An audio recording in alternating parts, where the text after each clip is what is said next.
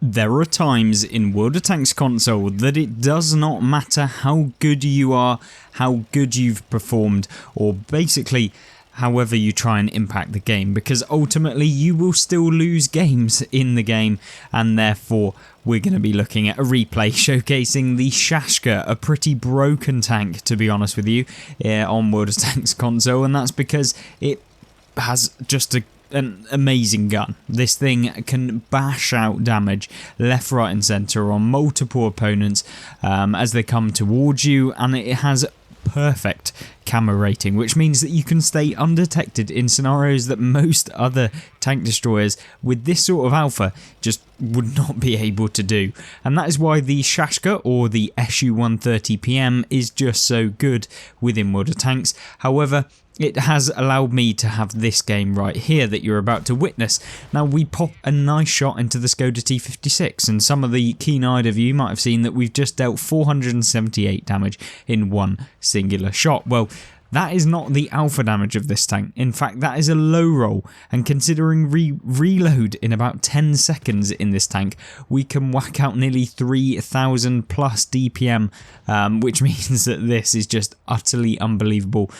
Grabbing yourself easy damage, easy wins, and of course it makes it super easy for you to be able to impact the game, especially if you know where the kind of positions that you should be going in certain TDs like this. Now, very, very slow start to the game in this one, but it ramps up, trust me. And although this is a game which it's very annoying, you know, in World of Tanks, when you have those games where you feel like you personally did everything right. And sometimes, you know, there are often games where maybe you blame your team, but sometimes it's not actually their fault. Maybe you made a silly mistake, maybe you knew that it was going to go badly but you still did it anyway. This is not one of them. This is just a case of where I guess your team lets you down just a little bit, or at least you expected just that small a bit more from your team, but unfortunately that doesn't happen. However, what you're seeing here is the kind of traditional playstyle of something like this this camo TD. And for those of you that want to kind of learn these playstyles for something like the Shashka or the SU-130 PM, the Scorpion G, the Scorpion Tier 7 tank destroyer from the American line, the, you know, all of these very paper thin tank destroyers that have these kind of the emphasis based on them remaining hidden, remaining undetected, then this sort of playstyle is exactly what you want to be doing. You don't want to be so far back that you're just never able to get damage, but you also want to be like close enough where you feel like you can actually do something. Now, you'll notice that we actually loaded heat there, so we can just go through the top of the Minuteman, because pretty much the only real weak spot from the turret there. And then you see me swapping over to the AMX AC-48 because I noticed earlier in the game that he'd been clipping someone out and actually took someone out, so I knew he was back there. And that is actually a pretty annoying tank for your team to actually come up against, because it has that autoloader which can just pump your team. So if you can take those out of the game, then it's really, really beneficial. Now, what you're seeing here is a typical case of the Minuteman somehow bouncing around even though you were aiming for the upper plate, but there we go. Hey ho, that's heat ammo for you. But anyway, regardless of that, we need to clean up this flank because essentially the entire right hand side of the map and even the central position of the map have all been taken out, which is not ideal whatsoever. Now, we notice that actually the majority of the enemy team over this side have actually been taken out. There's one tank left, however, and that's the King Tiger, and we place a nice round into him. Obviously we could have pulled back behind the bush, which would have helped out a little bit more. The King Dragon is sat behind me, which is ideal, and then the King Dragon now makes a bit of a misplay here. I don't quite know why he just decided to continue going. He could have really made it very, very difficult for our team over this side to actually kind of do anything, since we would have got spotted continuously if he played it as such. And then talking about misplays, the VZ-44 in the central area of the map gets ammo racked by myself, but decides that going out in the open against all of the remaining enemy team is always good. So yeah, didn't work out very well.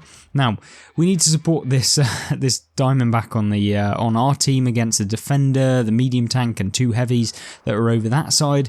So if we can do that, that's ideal. However, if from this sort of position, I don't want to go like too far in, because the Diamondback, he's not going to survive. And talking about not surviving, he doesn't.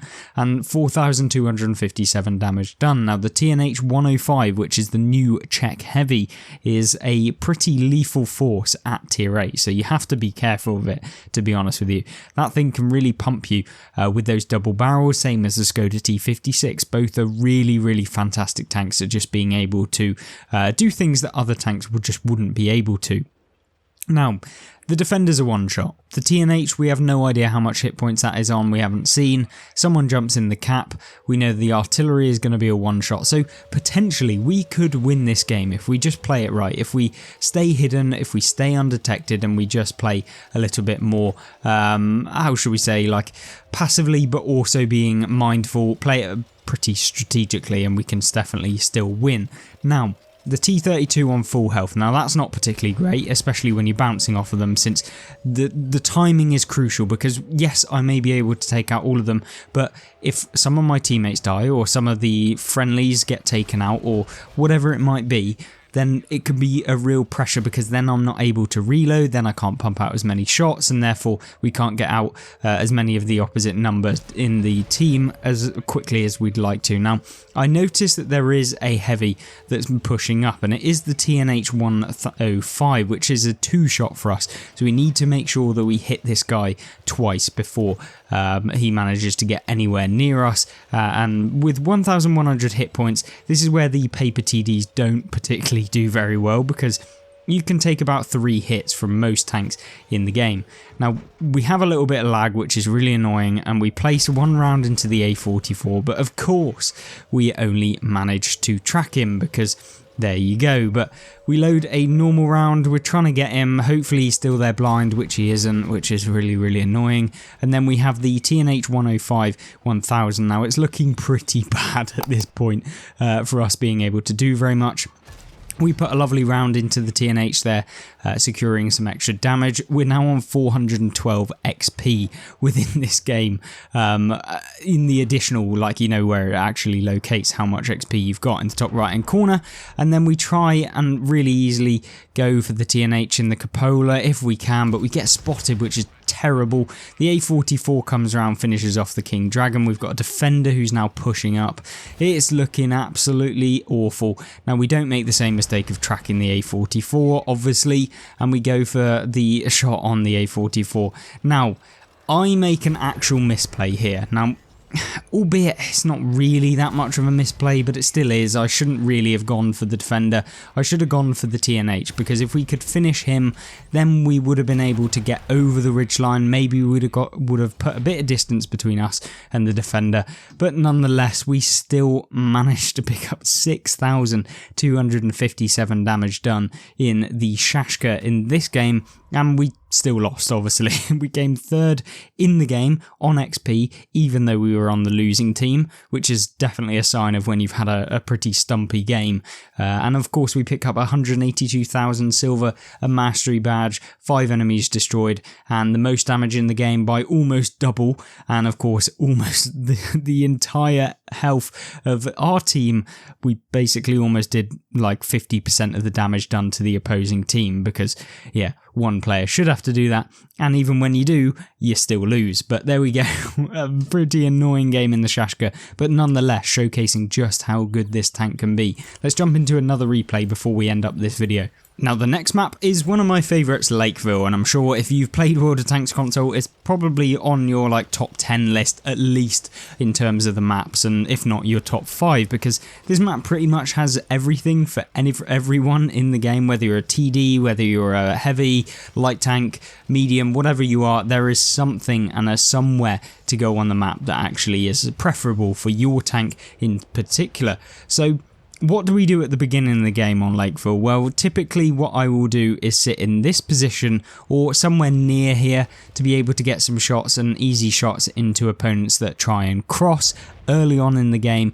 Unfortunately for us, no one is actually spotting. The light tank on our team doesn't go far enough in, and therefore we don't get any spotting damage. But what we will do is put a nice round into the T-34-85 there, which is always really, really fun. And of course, when you're playing against tier 6s, it's not very fair, so we're not going to complain, however, since we do pick up a little bit of assistance damage, and of course we pick up the destroyed there and 514 damage. That's where the Shashka really comes in clutch, is just the alpha damage of the tank. It means that you only have to do a couple shots within a game, so you just, the kind of crux of this tank is making sure that you're in positions where you can deal a lot of damage, because the tank itself will easily do a lot of damage. It's just whether you have positioned yourself at the time of when you reload to kind of put out that damage as and when needed, to have these games where you feel like you're like the top dog or whatever it might be within World of Tanks. So I feel like, yes, you could say that about most tanks, but this one in particular, just because of the alpha damage, it really is all about whether or not you actually have time to put some rounds in. Now we go for the shot on the T-37, expecting him to be turning right, but unfortunately he kind of stays straight, and therefore we only track him, which is annoying, but there we go. It would have been nice to pick up some extra damage, but maybe we'll get him later on. Now there is an STA-1 and a Huntsman that are over here. The enemy team are pushing heavily on the ridge, which is the most terrible idea in the game, is to try and actually push the valley on Lakeville, because like 95% of the time you never win regardless. And oh god, this is the worst tank to come up against in World of Tanks when you're playing the Shashka. Why? It's an auto-loading IS-3 that has 3 shots and of course 390 alpha per shot. Has a pretty terrible inch clip reload, which is always good for us, and of course when you miss a shot in the stockade, you know that you've pretty much won against it, and unfortunately for him, he doesn't even get to fire the 3rd shot of that tank, as we finish him off in 3 shots very easily. That's a top tier heavy tank at tier 8, taken out in 3 shots with the Shashka. Very easily as well, may I like to add. However, we could have got 3 shot by him. It's just unfortunate that he managed to miss it, and therefore he would never be able to actually pen us 3 times, obviously, to take us out. Now, luckily that we've taken him out, kind of, we're now going to move forward and try and get some shots on either the STA-1 or the Borsig, who looks to be advancing now. I don't quite know why he'd be advancing at this position. He's got the 15, so we definitely don't want to get hit by him, so we're just going to now retreat after hitting him nicely, preparing our shot, talking about, you know, as we did earlier, you know, preparing for your shots, getting yourself into the right position for when you fully reload.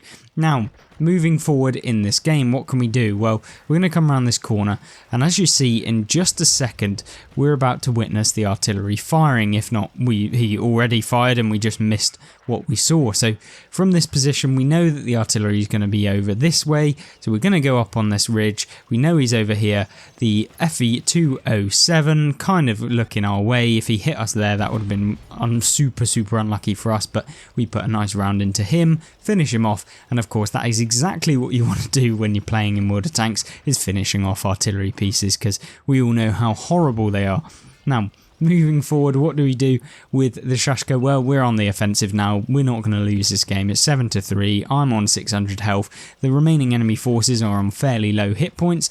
We've got a Edelweiss who's now moving in with us, and he gets taken out. I'm not going to complain, since it means we can now move and try and get the remainder hit points of the enemy team all to ourselves. So 2,970 damage done. It is a very easy result in the Shashka. This happens all of the time. Very easy to pick up 3,000. It's literally 6 shots in this tank. You know, most people will come across a 3k damage game in the Shashka easily. It's just whether or not you can kind of consistently do that, as, you know, whether you can pick up like super high damage games like the 6,000 damage, that's all about the positioning like we talked about, or alternatively just getting a little bit lucky with the spawns and the enemy team going the right way. Now we notice the VZ44 is coming round, he gets a shot bounced off of him where I think, oh, I'm going to get the kill, but unfortunately not. The T42 nicks it, and of course that is the end of the game. One where we actually got a team and we managed to pick up 3,800 damage, I believe, and of course we did come top. Well, 3,622 damage and 563 assistance. This tank can get assistance damage as well, and of course picking up 108,000 silver, a pretty decent game of World of Tanks. And of course, if you've played any of these kind of stealthy TDs, let me know how you play them, whether or not you think the Shashka or the SU-130PM or the Scorpion G are actually as good as people make out, and of course this video is making out. Other than that, I hope you have a fantastic rest of your day, and of course let me know what your teams have been like on World of Tanks. Goodbye.